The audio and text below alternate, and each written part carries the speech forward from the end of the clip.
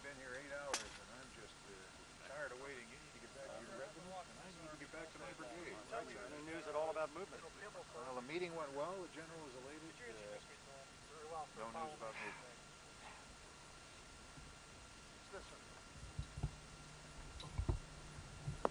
General Kibble, sir, a newspaper reporter. Carry on. General, I was wondering if I could have a few moments of your time. Who might you be, sir? Sir, my name's Alfred Newman. I'm with the New York Herald. I just have a few questions for you, sir. I'm not in the habit of talking to newspaper men. Is this off the record? Sir, if you'd like it off the record, it's off the record. It shall be. It shall. Carry on. General, I've been walking the Army all day, and I've been hearing a rumor, sir. There's been a rumor that an order has been found. An order from General Lee, no less. Sir, is there any truth to this rumor? That would be true, yes. It is true. General, could you tell me how the order was found? Well, rather than me tell you how it was found, the men who actually found it are right here. Sergeant, why don't you explain it to this man? Yes, sir. Sergeant Bloss, is it? Sergeant Bloss, 27th Indiana, sir. Thank you, sir. About 9 o'clock this morning, we were moving in a skirmish line through a field the Rebs had been camping in a couple days earlier. We were ordered to halt and lie down. As we did, I noticed off to my left front a large yellow envelope on the ground. I told one of my men to retrieve it and bring it back to me, pass it down the line. As I was going over, Corporal Mitchell here, some cigars fell out. Yes, and I'd like to get one of those cigars back. Corporal Mitchell, was it? Yes. Anyway, I opened the envelope and read it, and it seemed to be some Reb troop movements. So I took it to my company commander, and we've been carrying that order through the Army all day, sir. Sounds like me, Sergeant. General, could you tell me how the order got into General McClellan's hands? Colonel, suppose you explain that to this Very man. good, sir. I'm Colonel Caldwell, 27th Indiana, and the sergeant's company commander brought the order to me. I looked at it, I couldn't verify it, but it looked authentic, so I brought it to General Kimball, who agreed with me, and subsequently we brought it up here to headquarters. Very good, sir. General, would it be possible for you to tell me what was in the orders? Well, the order was complex, but the sense of it was very simple.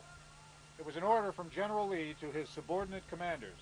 It essentially split his command into 3 separate elements going in 3 directions. That, of course, should we decide to do so, would enable us to attack them piecemeal, one at a time. General, that's amazing. So they're marching orders. They are marching orders, the order of battle. General, how could you tell that the orders were authentic? That's quite an interesting story. I, of course, had no way of knowing. When the colonel brought the order to me, we went immediately to the 1st Division headquarters. That would be General Williams. General Williams' adjutant looked at the order. He recognized the handwriting on the order as that of Colonel Chilton, whom we know to be a high-level officer on General Lee's staff. Now, he apparently was stationed with this man out west before the war, knew him intimately, and immediately recognized his handwriting. Now, that tells me that this is a very, very authentic piece of paper. That's an amazing story, sir. Sir, has General McClellan ordered any troop movements based on this authentic information? Well, we have been here since 12 noon, sir. That's about 8 hours.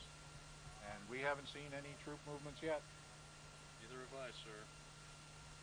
General, one more question. How did General McClellan react when he found out what he had in his hands, sir? Well, of course, the general was elated. He's still elated. But when he first read the message, he did a little, this is between you and I and off the record. Absolutely, sir. He did a little dance. He did. He did, and then he read this order again, and he looked up and said something, as I recall, "Here is a paper with which, if I cannot whip Bobby Lee, I'll go home." Sir, that quote is gold. Quote, sir? I really must get that on the log. Quote? You General Scott George guard, McClellan get that man. will move a little too late and a little too slow. Daily, sir. Battle of South Mountain will be fought. We, sir? That will give Lee enough time for Harper's Ferry to fall, for the garrison to fall, and for his army to rejoin the little town of Sharpsburg, Maryland.